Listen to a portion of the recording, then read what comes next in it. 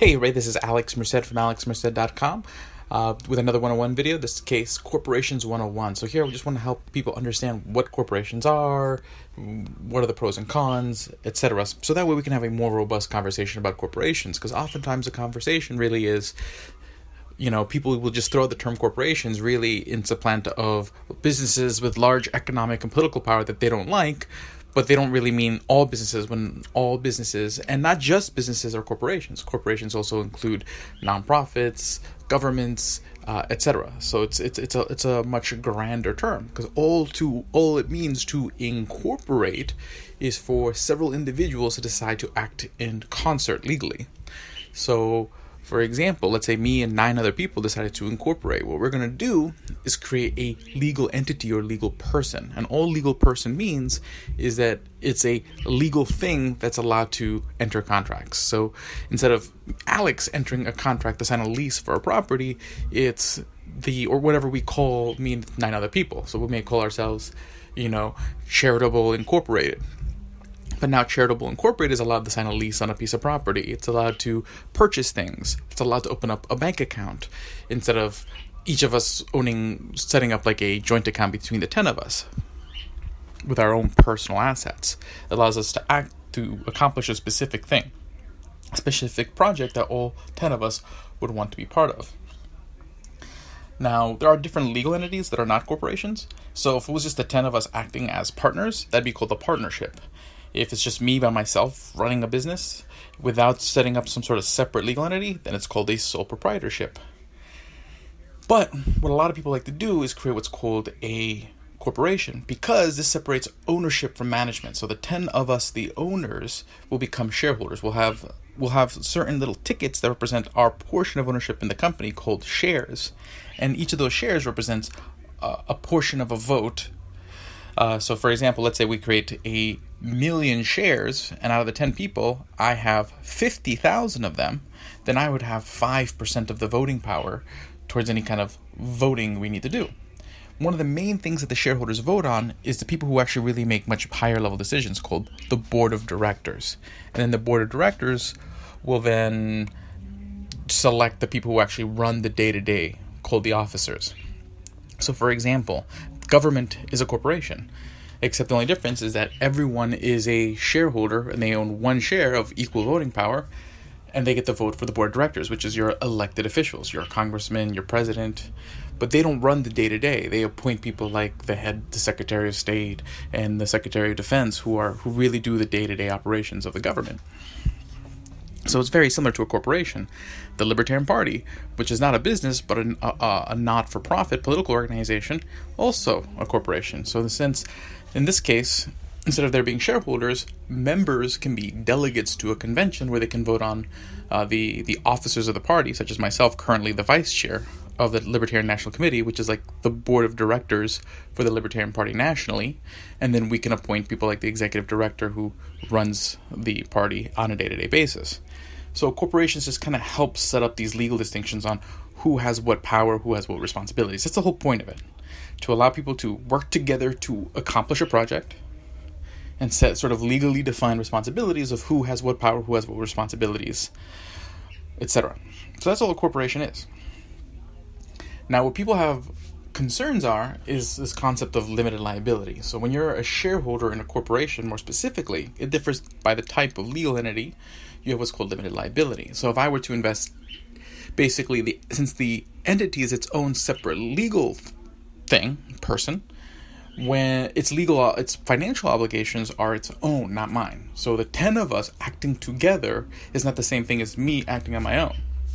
So you sue the 10 of us as a group, the legal entity, you can come after everything that legal entity has, money, assets, etc.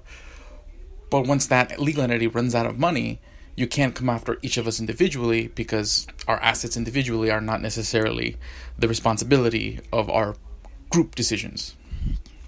So you have this idea of like limited liability, especially since in a corporation, oftentimes those shareholders aren't the ones making the day-to-day decisions. They're electing a board who then who actually appoints the people who are making the day-to-day decisions. Now, the actual legal responsibilities and specific legal definitions oftentimes in many places are defined by law. Now, law gets defined in two different ways. People always kind of assume that all law is defined by legislation by state. So basically a bunch of congressmen, senators, parliamentarians, etc. go up there and make some rules and say, this is how corporations work. And they oftentimes do create rules that make corporations work worse. But that's not the only way that corporate law gets formed. It also gets formed in court. So basically judges, as conflicts arise, will weigh situations and then create decisions that set precedents that will affect how corporations win or lose in future legal situations.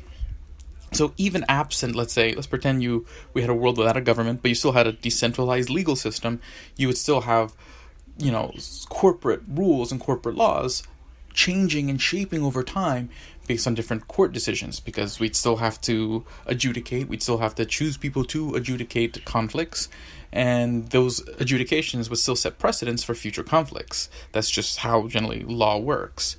So while there is a concern with legislation and corporations where legislatures of countries, states, local towns will create rules that say, you know what, if a corporation does this or a business does this, they're not liable for it, which does lead them to take more risk. Or create rules that force them to do things or have to do things in a certain way, that can be very problematic. The actual corporate structure is something that can exist absent of a government. It's not purely a government creation, as some people like to argue. Now, are some of the rules that exist and the way they are enforced something that could not exist without state enforcement? Possibly. But the idea of being able to act in concert, of being able to delegate liability and liability to being parsed out, is not something that couldn't exist without the state. So arguing that undo corporate behavior or basic corporations that act as bad actors is because corporations exist is probably the wrong line of argument. More accurately, what happens is that many corporations that do take advantage or act as bad actors often do so because they've accumulated economic and political power, but they were able to accumulate it oftentimes because of government action. But not because they defined a corporation, but because they created regulations that prevented competition, created taxes that unfairly fall on their competition, leading them to have more market share by basically preventing competition, leading them to have more economic and political power because now the economy is more dependent on them. And oftentimes what government does in response to these kind of concerns is instead of creating an environment by reducing taxes and regulations so there can be more competition, so that way you're not so dependent, they're not so economically and politically powerful, they end up creating rules that just protect them further, making them even more economically and politically powerful. This is kind of what happened with the financial crisis. The concern was some banks were so big. So what did? We passed laws that saying, if you get so big, we're going to watch your back, we're going to micromanage you, but we're going to watch your back. That just basically institutionalizes big bank type ness. So, again, there's a difference between the corporate legal entity, which is just sort of a legal concept to allow people to enter contracts with each other in different projects and delineate when am I acting as part of this project versus this project, because I can be a shareholder in multiple corporations doing multiple different things, versus, corporations doing bad things, which is a particular set of actors making bad actions. But then you have to take a look at the variety of incentives of that particular corporation. And then also every corporation has very different governance within it. Like, who are the managers? Where are the managers located? So are the people making bad actions, are they directly supervised by somebody in the same office? Or are they supervised by somebody in another country or another state? How is their success measured? There's all these other aspects that are going to affect incentives to see how any kind of grouping of persons work. So to sit there and just criticize the word corporations as just automatically this bad thing without realizing that any kind of group is a corporation to an extent. Nonprofits, governments, charities, businesses is oftentimes missing the point. So this is Alex Merced from alexmerced.com. Have a great day and enjoy.